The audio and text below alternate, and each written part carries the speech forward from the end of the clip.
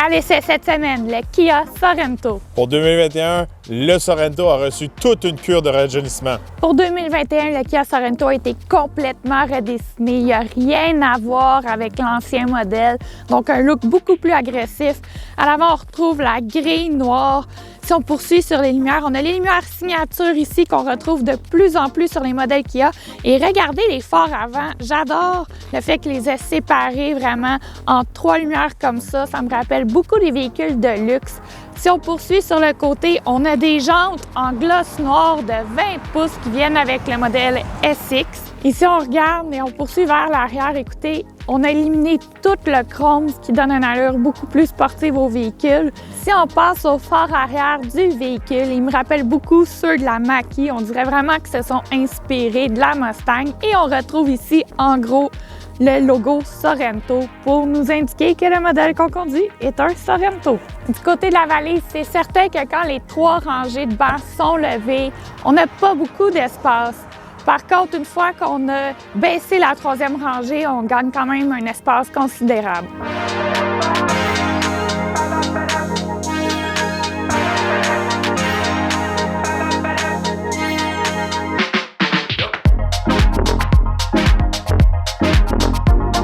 Si on passe à l'arrière du véhicule, on a une belle surprise cette semaine. Écoutez, on a des bancs capitaines. Donc, je trouve que ça vient vraiment augmenter le côté luxueux du véhicule. Regardez, j'ai beaucoup d'espace pour mes jambes, ma tête et le banc. On peut l'avancer et le reculer. On peut également l'incliner pour être plus à l'aise. Donc, avec toutes les fonctions, c'est facile d'être confortable à la 2e rangée. Pour accéder à la 3e rangée, c'est facile. On appuie sur le bouton juste ici sur le banc et le banc avance.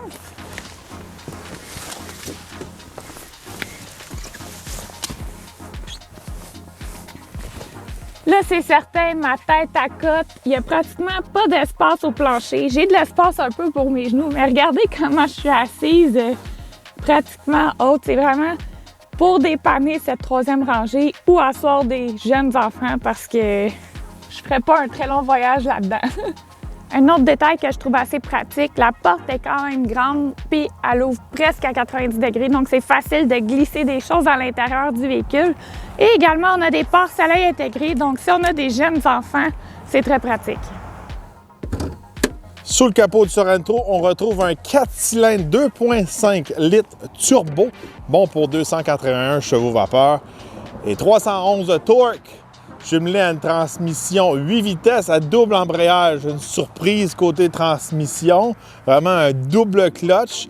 Ça fait un petit peu sport pour ce type de VUS-là. Côté remorquage, vous pouvez tirer jusqu'à 3500 livres, mais encore de ce côté-là, est-ce que le double embrayage est la meilleure transmission pour remorquer?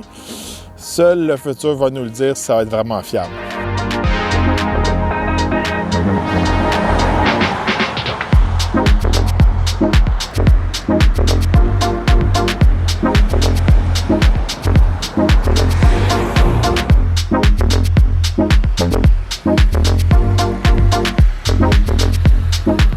Bon, on est sur la route avec le nouveau Sorento. C'est vraiment plus le Sorento qu'on avait auparavant. Vraiment pas. Écoutez, tout le style du véhicule, sans parler de la conduite qui est vraiment plus sportive, là, on s'attendait pas du tout à ça. Là. Non, regardez, véhicule qui est plus carré aussi. Il y a vraiment eu un changement de A à Z. Les gens, des très bons commentaires cette semaine, autant en ligne qu'en personne. Les gens trouvent ça beau comme véhicule. Il y en a même qui se demandent c'est quoi. Vraiment, de ce côté-là, je pense que Kia, là, côté design, là, ils l'ont eu. Là. Bon, le Sorento a vraiment des vocations plus sport, je pourrais dire. Surtout à cause de la transmission. On a une transmission à double embrayage, comme j'ai précisé auparavant. La dynamique du véhicule, la façon qu'on change les vitesses, quand on pousse le véhicule, quand on le met en mode sport, on se croirait vraiment pas dans un Sorento, là, juste à cause de comment que la transmission change les vitesses. Est-ce que c'est la bonne transmission pour monsieur tout le monde? Ça, je suis pas sûr. Il y en a qui vont apprécier que ça remonte un peu la joie de conduite. Est-ce que ça va être une transition qui est fiable? Ça, je suis pas trop sûr. Regardez, dans le Saltos, il y a un peu une transition un petit peu similaire. On a eu des problèmes quand on a eu notre essai. Une fois, elle a calé une lumière en pleine intersection. Là, quand j'essayais de faire des choses à basse vitesse pendant qu'on filmait, je voyais que le double clutch, là, il gossait un peu. Là, on pouvait pas aller vraiment lentement, smooth. Là. Il y avait le jeu de double clutch qui jouait. Fait que de ce côté-là, regardez, je ne sais pas si c'est le bon choix, mais ça remonte la joie de conduite, puis on aime ça. Oui. Là, je vais me mettre en mode sport. On approche de notre fameuse courbe on teste tous nos véhicules. J'aime beaucoup ça que les cadrans changent vraiment, là, on sait qu'on est en mode sport. En mode sport, il exploite vraiment bien le moteur. On va prendre la courbe maintenant. Faire attention, c'est un petit peu mouillé aujourd'hui.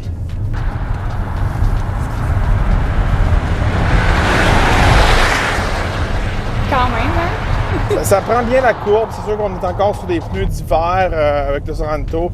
Rien à dire de ce côté-là. Pour un petit VUS comme ça, on sent pas que le véhicule va faire des trucs bizarres.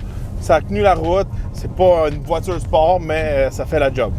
Bon, on va essayer le 0-100, voir qu'est-ce que ça a dans le ventre un peu.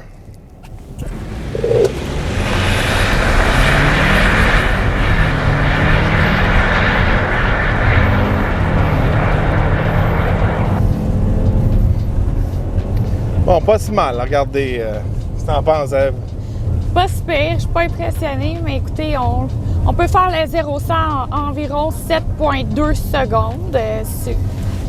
C'est correct. Oui, c'est normal pour ce gabarit-là.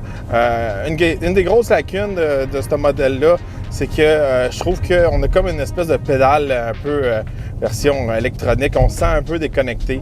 Fait que quand on pèse sa pédale, mais il n'y a pas vraiment une réponse qui s'applique tout de suite, je pourrais dire. Non, c'est ça. On le sentait vraiment cette semaine quand on testait le véhicule. Quand on appuyait vraiment sur la pédale, il y avait un jeu de 2 à 3 secondes avant que le véhicule prenne vraiment son accélération. Ça, c'est un peu moins intéressant quand on conduit. Oui, des fois, on a des situations d'urgence qu'on veut que ça se passe maintenant, puis des fois, il y a un lag, c'est pas trop le fun. Surtout moi qui modifiais mes véhicules dans le passé, c'est vraiment un des paramètres que je faisais modifier sur mes véhicules. Mes pédales étaient très sensibles, des voitures sport, c'est sensible. Fait que là, on a une transition sport qui chiffre à double clutch, mais quand on pèse... On a peut-être pesé la lâcher, puis il s'est rien passé encore. Il se passe rien, là.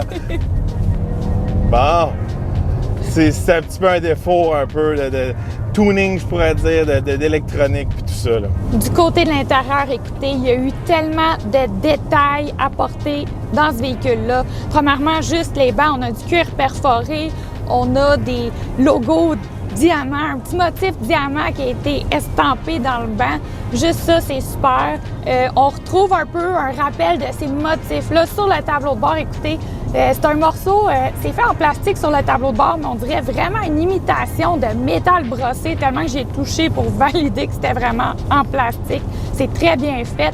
On sent aussi un peu d'inspiration allemande dans le véhicule. Même les lumières, je regarde ici, là, pour les allumer, on a juste à les effleurer vraiment, comme dans les véhicules de luxe. Puis je trouve que plus ça va, plus Kia s'inspire vraiment des véhicules allemands. Quand on regarde le véhicule, c'est sûr et certain, tout est beau. Quand on y touche, oui, c'est un peu cheap au toucher, mais ça paraît bien. Oui. Regardez, ça fit avec le prix du véhicule. Si ça serait tous des vrais matériaux en métal, tout ça, je pense que le véhicule coûterait 10 000 $ de plus. Mais dans ce cas-là, on a le beau look sans avoir le prix à débourser. J'aime beaucoup les bouches d'aération. J'aime beaucoup les poignées. Les poignées, ça me rappelle vraiment genre une Ford GT 2005. C'est vraiment métal, carré, tout ça. Je trouve ça très beau. Même chose que l'écran vient comme continuer devant moi où ce que les cadrans, comme ça serait un écran, un peu comme l'escalade, sans avoir le prix de l'escalade, encore une fois. C'est pas une grosse écran, mais ça donne l'impression que c'est une grosse écran. Je trouve qu'ils ont vraiment fait une bonne job pour le prix du véhicule. Oui, puis il n'y a aucun détail qui n'a pas sa place. Tu sais, c'est un mélange de noir gloss, de métal brossé. Il n'y a pas des couleurs étranges comme une touche de bois qui va apparaître en quelque part qui ne fonctionnerait pas. Là, autant que ça soit appliqué sur l'extérieur, ils ont éliminé le chrome. À l'intérieur, c'est la même essence qu'on retrouve. Et côté espace et confort, j'ai eu un commentaire des enfants cette semaine quand ils se sont assis à l'arrière, à la deuxième rangée dans le véhicule. C'est des bancs capitaines.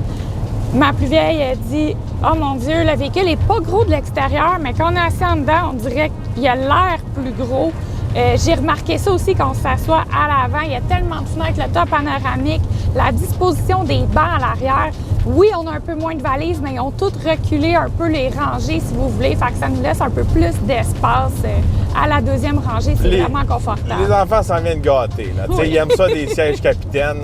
Quand on peut se le permettre, là, on dirait que les enfants aiment ça avoir leur propre siège, pas à partager une banquette avec l'autre enfant. Je pense qu'ils sont mieux assis aussi, un meilleur support, tout ça. S'il y en a un qui veut vraiment baisser son siège, il peut. Si l'autre, il veut être comme assis droit puis jouer, ils peuvent. C'est vraiment une belle surprise. Quand on a ouvert le véhicule cette semaine, puis j'ai regardé à l'arrière, j'étais comme, wow, des sièges capitaine. Je m'attendais pas à ça d'un Kia, je m'attendais pas à ça d'un véhicule de cette taille-là. C'est sûr et certain que la troisième rangée, là, c'est juste comme pour dépanner. C'est sûr et certain que si vous avez plus que 2 enfants, c'est pas l'idéal. Là. Mais si vous êtes 4 ou 3, c'est super. Côté écran puis les boutons, tout ça, j'aime vraiment ça comment Kia met toutes leurs choses à la bonne place. On regarde des boutons pour vraiment toute la climatisation, tout ça. C'est facile à trouver pour les sièges chauffants, climatisés, beaucoup d'équipements. L'écran va bien. C'est pas ma préférée, mais encore là, elle va quand même bien. Oui, on retrouve encore une fois le super gadget que j'aime pour ceux qui n'ont pas une grosse voix comme moi, le Passenger Talk. Donc, on appuie. Et là, tout le monde nous entend. Quand on parle, on nous entend plus par à l'arrière. On n'a pas besoin de crier après les enfants. C'est des trucs qu'on trouve souvent dans les minivans ou des gros VUS. Mais on retrouve dans un VUS plus petit. Fait que c'est cool, c'est le fun. Côté confort sur la route, je ne ferais pas des très longs voyages à bord de ce véhicule-là. Pour conduire à tous les jours, oui, c'est correct, mais sinon, les bancs sont un peu rigides. Puis, il est le fun à conduire, mais il n'est pas tant axé sur le confort. Oui, il est un peu comme le Telluride. Le Telluride était plus axé sur la conduite un peu plus sportive que le confort. C'est la même chose qu'on retrouve dans le Sorento. C'est le fun, mais si vous êtes axé vraiment sur le confort, vous êtes un petit peu plus âgé, vous aimez ça quand ça ride smooth un peu, c'est pas ça que vous allez retrouver dans le Sorento. Fait que ça, c'est important que maintenant qu'on associe vraiment le Sorento à un côté sport. Fait que c'est un VUS plus sport, c'est pas celui qui va être confortable. Ça va être pas celui qui c'est peut-être la priorité pour remorquer. Je sais que les chiffres sont là, mais habituellement, chez Hyundai et chez Kia, pour remorquer, moi, c'est pas les modèles que je pourrais dire, la marque que je prioriserais si je voudrais remorquer. Fait que c'est pour ces choses-là, c'est vraiment pour quelqu'un qui veut se promener, qui veut avoir quand même du fun avec son auto, puis elle coûte pas trop cher, puis elle a du look. C'est ça qu'on retrouve un peu. Les sièges, comme Eve a dit, moi, je trouve qu'ils sont quand même bien pour mon gabarit, mais c'est pas les plus confortables sur le marché. Pour ce qui est de l'économie d'essence, on a fait en moyenne du 11 litres aux 100 km. Ça, c'est route et autoroute combinées. Ouais, puis même là, on a fait peut-être un petit peu plus que ça. Là on essaie vraiment de faire une moyenne un peu plus comme raisonnable, je pourrais dire. Mais en fait, si on avait le pied un petit peu plus pesant comme moi cette semaine, on peut aller facilement jouer dans le 13-14 litres. C'est un moteur que si on pèse un peu sur la pédale, il va consommer beaucoup d'essence. De ce côté-là, faut être easy avec la pédale, je pourrais dire, parce que sinon on peut consommer autant qu'un gros VUS. Qu'est-ce que j'ai beaucoup aimé cette semaine quand j'ai conduit le véhicule? Il y a beaucoup de fenêtres avec le toit panoramique et tout. Là. On a une très bonne visibilité. Puis, il y a beaucoup d'aide à la conduite. Par exemple, quand on met les clignotants, Là, dans nos cadrans de vitesse, ça change. On a la caméra qui apparaît. On voit tout le côté de notre véhicule. Fait que pour quelqu'un qui veut se stationner en ville, faire attention au trottoir et tout, on les voit quand on met nos clignotants et on se tasse sur le côté. Fait que pour ça, là, c'est super. Du côté du prix, un Kia Sorento de base, c'est dans les alentours de 35 900 $ et le modèle qu'on conduit actuellement est dans les alentours de 49 900 $. Ouais, regardez, juste sous la barre des 50 000, un véhicule extrêmement bien équipé, siège chauffant à l'arrière, on a des petits rideaux, on a des places pour plugger nos téléphones un peu partout, on a plein de gadgets. Regardez de ce côté-là, Kia est très dur à battre là, pour la valeur, qualité-prix, tout ça, pour tous les gadgets que vous avez dans le véhicule. Si vous essayez d'avoir les mêmes gadgets chez la compétition, ça va vous coûter souvent beaucoup plus cher, des fois 5 à 8 000 $ de plus. Fait que de ce côté-là, très dur à battre. Oui. Pour conclure, écoutez, côté look, intérieur, tous les gadgets offerts, les aides à la conduite et pour le prix, moi, c'est un véhicule qui m'a impressionné cette semaine. Puis il est vraiment beau. Comme je le disais, on a eu beaucoup de bons commentaires. Les gens se demandaient « Oh mon Dieu, c'est vraiment le nouveau Sorento. » Très beau véhicule. Moi, de mon côté, encore une fois, je suis tout à fait d'accord avec Eve. Tout est beau en général. Juste côté mécanique, je suis pas super fan des moteurs Kia, Hyundai, les nouvelles transmissions qu'ils font, les petits bugs, ces choses-là. Je trouve que ça va être drôle, qu'est-ce que je vais dire. Il manque un moteur japonais ou un moteur allemand ou un moteur américain. Ça, c'est côté personnel. Je ne trippe pas sur la mécanique coréenne. Je trouve tout le temps qu'il y a des petits bugs. C'est aussi une mécanique que je connais un petit peu moins que les autres, je pourrais dire. Fait que pour moi, ça serait toujours un facteur qui viendrait comme je trouve que comment on pourrait dire, on mettrait tout le Sorento, on le mettrait électrique, il serait comme super. Ouais. Avec un moteur électrique, une mécanique plus électrique, on pourrait dire, pas les espèces de double cloche puis tout ça. C'est le fun à conduire, mais je suis pas mal sûr dans le futur, ça va pas durer la run.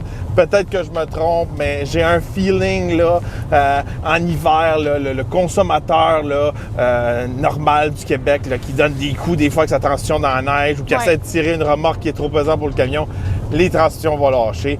Mais c'est juste mon feeling. C'est peut-être que je me trompe. Mais on sent déjà des petits lags dans la conduite. Sur ce, n'oubliez pas de vous abonner, n'oubliez pas de liker et partager la vidéo. Dans la description, on vous met également le lien de nos pages Facebook et Instagram. Et on se retrouve dans un prochain Essai routier.